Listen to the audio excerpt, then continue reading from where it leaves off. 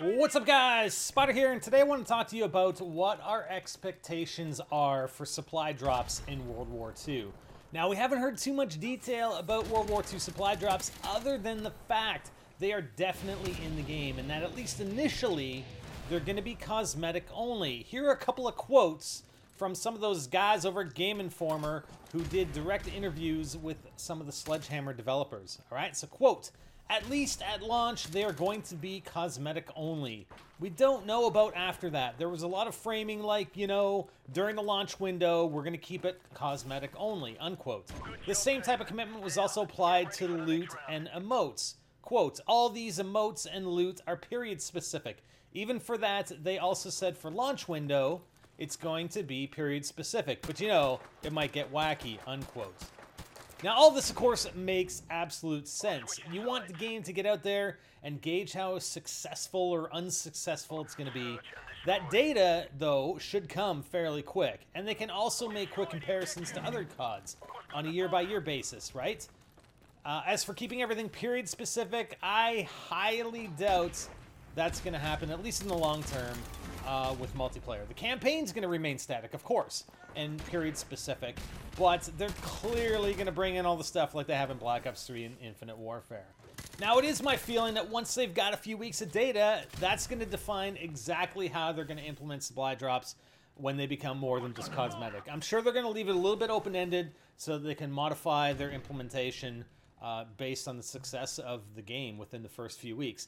Keep in mind that Sledgehammer were the first to introduce supply drops into COD, and Activision now has that 3 years worth of data to analyze how effective each implementation has been among Advanced Warfare, Black Ops 3, and Infinite Warfare. That data is essential. While likely, you know, I'm going to say, likely not the most popular choice, I really think they're going to lean towards how things are currently done in Black Ops 3. Probably with some tweaks, but not too far off is my expectation.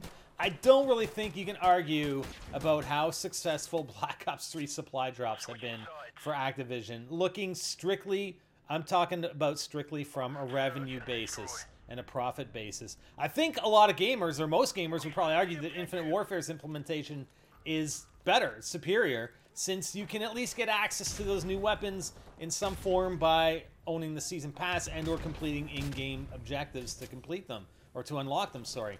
I think, though, the moneymaker, the real moneymaker, is in the Black Ops 3 implementation. It's this sort of implementation that's just proliferated, particularly by YouTubers, of course, with their supply drop opening, reaction, and freak-out videos.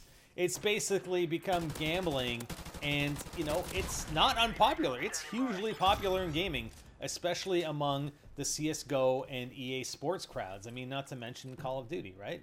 You've got these other games. I mean, EA Sports is ridiculous with their team. I don't even know what you call them, but you unlock new players for your teams. And it's, you know, it's a real balance, and it's really dependent. It's going to be dependent to a degree on the success of the game in question. I think we can safely say, though, that Black Ops 3 is still more popular than Infinite Warfare, despite being a year older. And I would say, I hazard a guess that it's by a significant amount, or a significant factor. Activision's going to take in all that data and further try to implement a system that's going to maximize their profits. It's like the Lemonade game, the Lemonade stand game I used to play when I was a kid.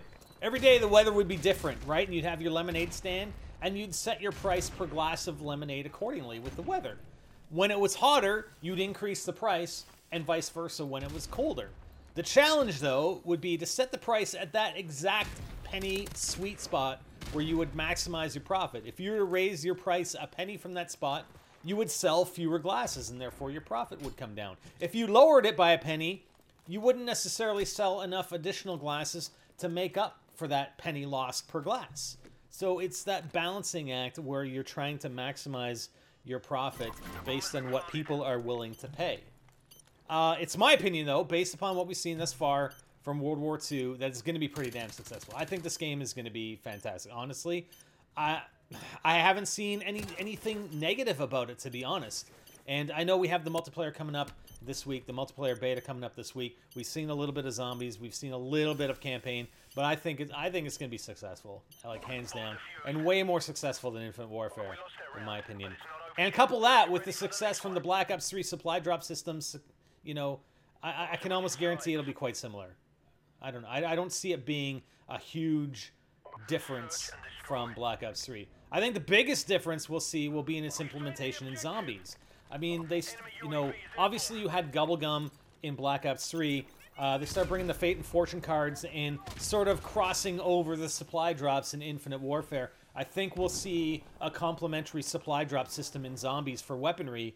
And I think there will most definitely be, and I know they said no Gobblegums or whatever, but I think there will be some sort of additional implementation like Gumballs or Fate and Fortune cards. It may not be exactly the same, but honestly, the microtransaction opportunities for them in that kind of implementation, I think are too large to ignore.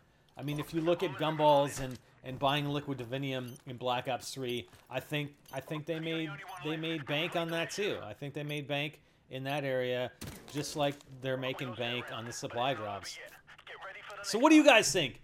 What sort of implementation would you like to see? What is your ideal implementation? Let us know in the comments. And then on the flip side, what do you actually think Activision is going to bring in? And there's going to be a big difference. This is what you want to have, and you know, you want to just have access for free for everything. Obviously, clearly they're not going to do that. So what kind of implementation, do you agree with what I've said in what I think they're going to bring into the game, or you know, do you think it's going to be something different? Let us know in the comments below. If you guys enjoyed the video, I'm still finishing off this Search and Destroy game, but I think I'll just turn up the volume here and let you listen to it, and I'll shut up for like the last minute of the gameplay.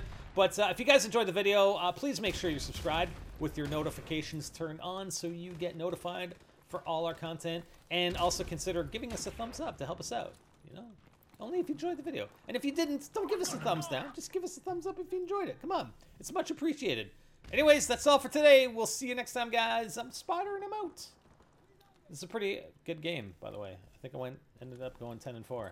Sweet.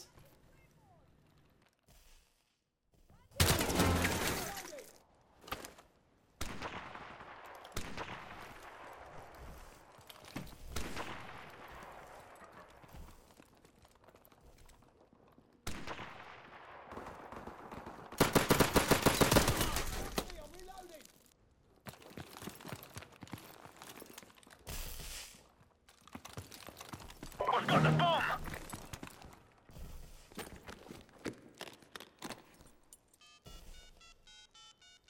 The bomb has been planted.